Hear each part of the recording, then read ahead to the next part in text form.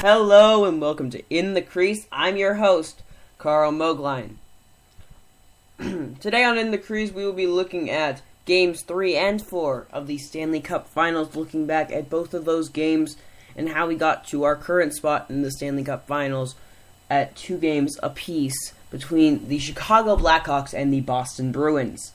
We will also look ahead to Game 5 and talk about the Conn Smythe Trophy for playoff MVP in the NHL. But first, I'm going to tell you about some of our social things connecting to both national sports and myself. Follow me personally at Karl_PM, that's on Twitter, and In the Crease with Karl Moeglein on Facebook. At National Sports 1, that's where you can find the National Sports Network on Twitter. And it's suddenimpact14.wix.com/national sports. That's our website, and that's where you can find updates on national sports as well. And also on Facebook at facebook.com/online sports radio, or search national sports. And that's how to find us on social networking. And don't forget, In the Crease with Karl Moeglein on Facebook. Please like that. Alright, so going in Game 3 of the Stanley Cup Finals was a good game, not great, and of course the OT streak was broken. So sad. But I look at that, it was a big game for Tuukka Rask, of course the shutout there, and just altogether, good game for the Bruins. Outshot the Blackhawks, out-hit the Blackhawks. They had 31 hits to the 25 of the Blackhawks. Of course, this has been a pretty physical series. Pretty good game for them, but a big stat I look at, Boston won 40 of 56 faceoffs. That is an incredible percentage for them. Corey Crawford, the goalie for the Chicago Blackhawks, had a relatively good game, only letting in 2 goals, but Chicago just could not pull one back past Rask in this game, and that was a big thing. Tuukka Rask was definitely the biggest thing in this game. Also, a large, I wouldn't call it brawl, but a skirmish at the end of the game, resulting in a total of 16 penalty minutes. 2 players getting 5-minute majors for fighting, Andrew Shaw and Brad Marchand, and Zdeno Chara got 2 minutes for roughing, so double minor, and Brian Bickle got 2 minutes for roughing. So altogether, that was a little bit of a bad scene there at the end of that game. Not something you love to see in these Stanley Cup final games, but it's going to happen. So yeah, there was a good amount of him in this game, penalty minutes, and but it was a good game for Boston. They didn't do anything terrible. They won the game. A few too many giveaways for me. 8 giveaways is a few too many, but they took away 6 pucks, which is a good amount, and only let Chicago take away 2. So just making sure they cut down on the giveaways was the biggest thing coming out of this game. And now of course, that game was Game 3, and now, after the break, we will look at Game 4, the most recent game of the Stanley Cup Finals, and then after that, of course, my look at Game 5.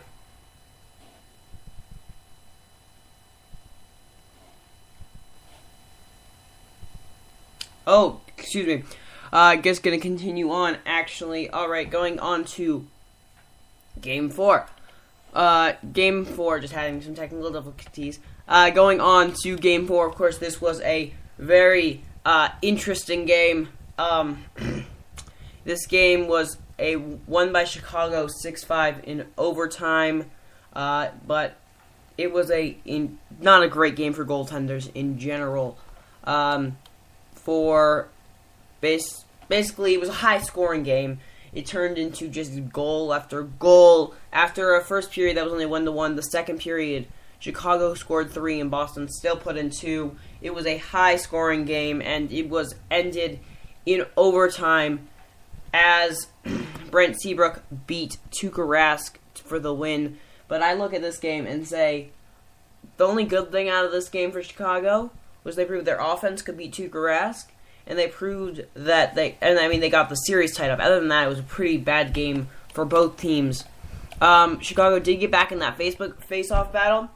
They won only 38 of to Boston's 39, but still, it was a lot of face-offs in this game, and only being down by 1 is fine, especially as that last one was huge. Boston continued to have lots of takeaways, but too many giveaways. 9 giveaways, again, that's too many. Boston still out-hit Chicago.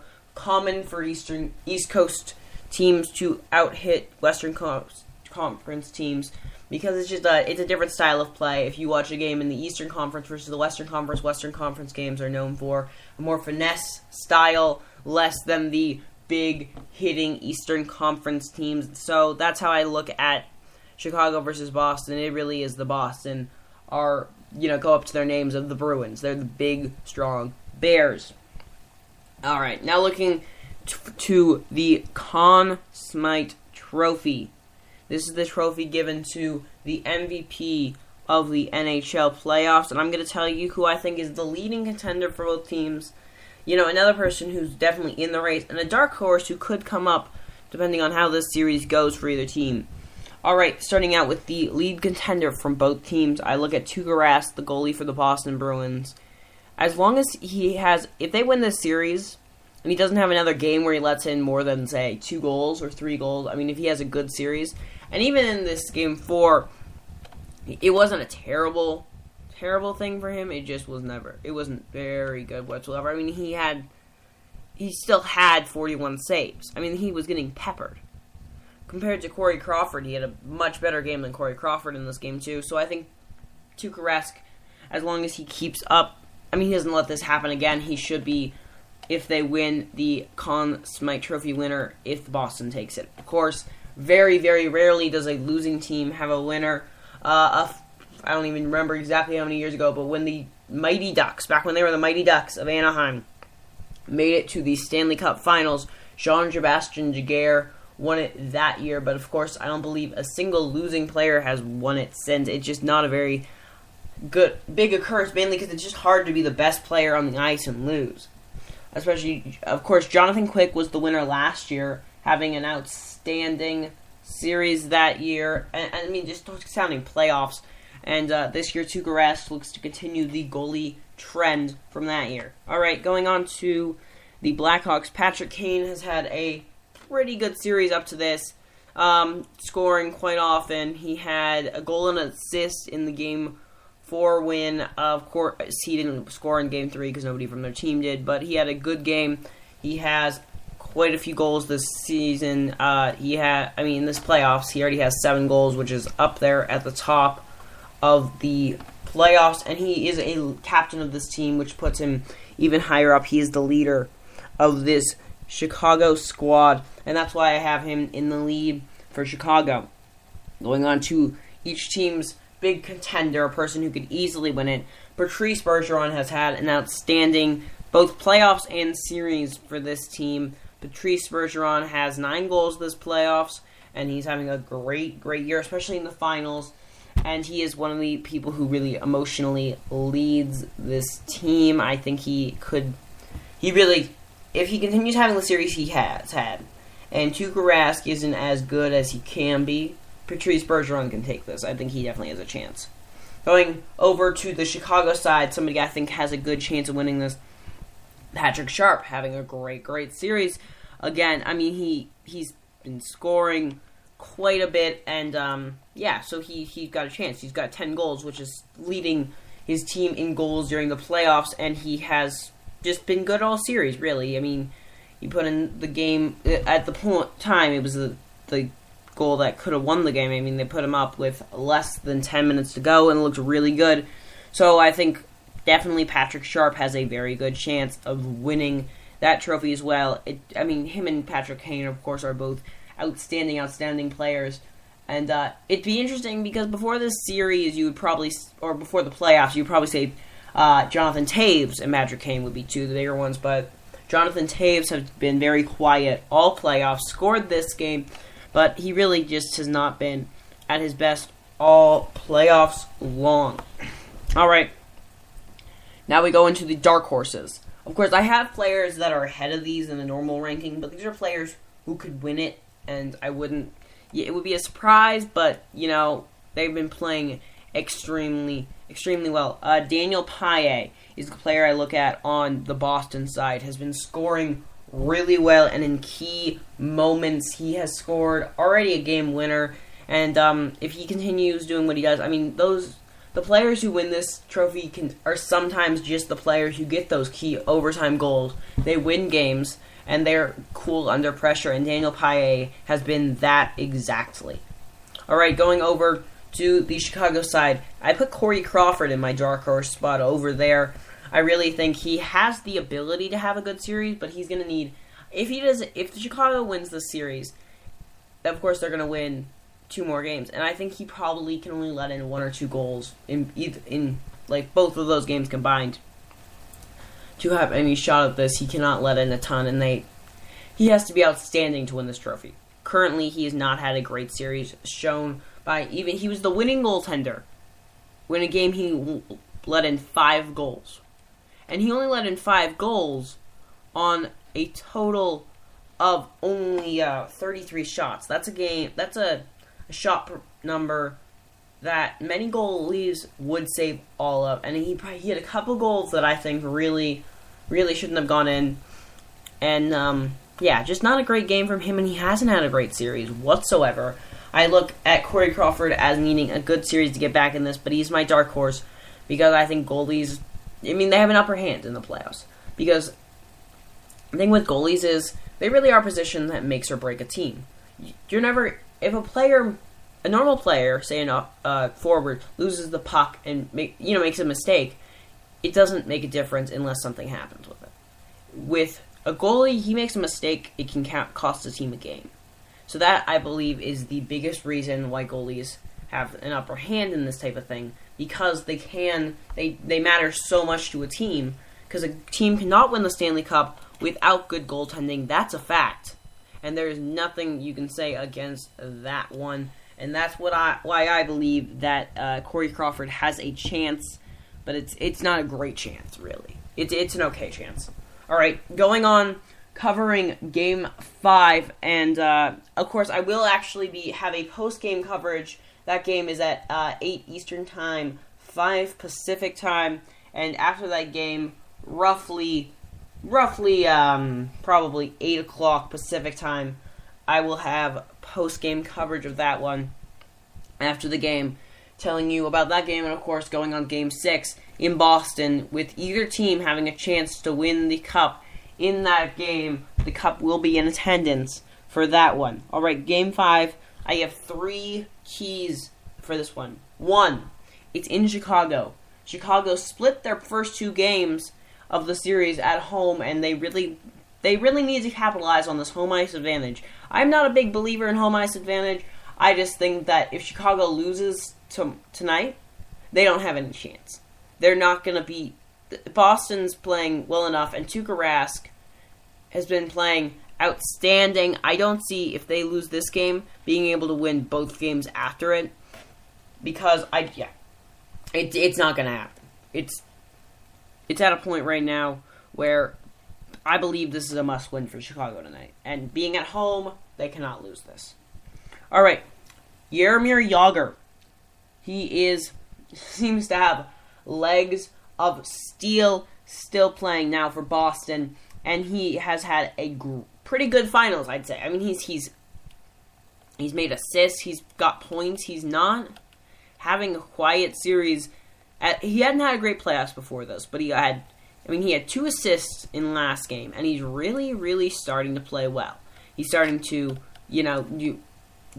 look smoother. He's having a better series than he was early on, assisting with Patrice Bergeron on both of his goals in that game of Game 4.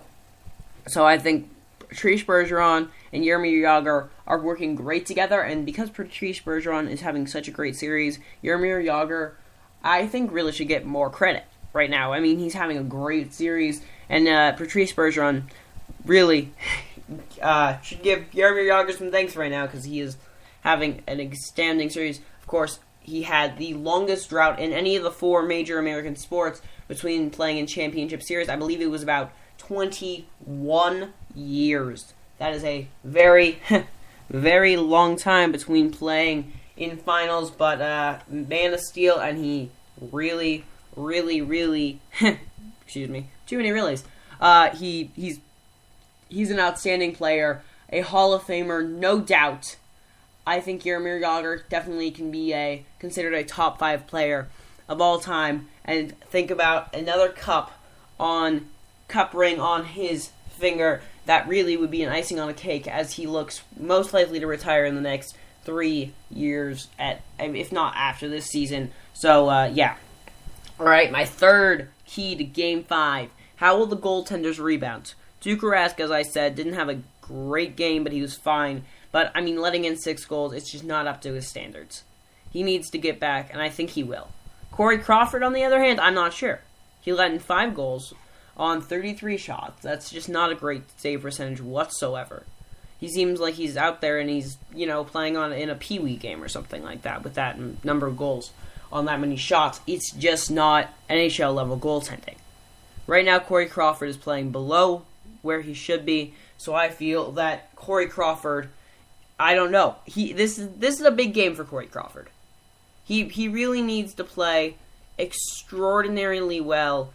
Otherwise, I just don't see him coming. I mean, I don't see Chicago winning this series unless Corey Crawford is outstanding. And I don't see Corey Crawford being outstanding. And that takes me into it. I think that Boston is going to win this game. They're going to take this series home with a chance to win the cup.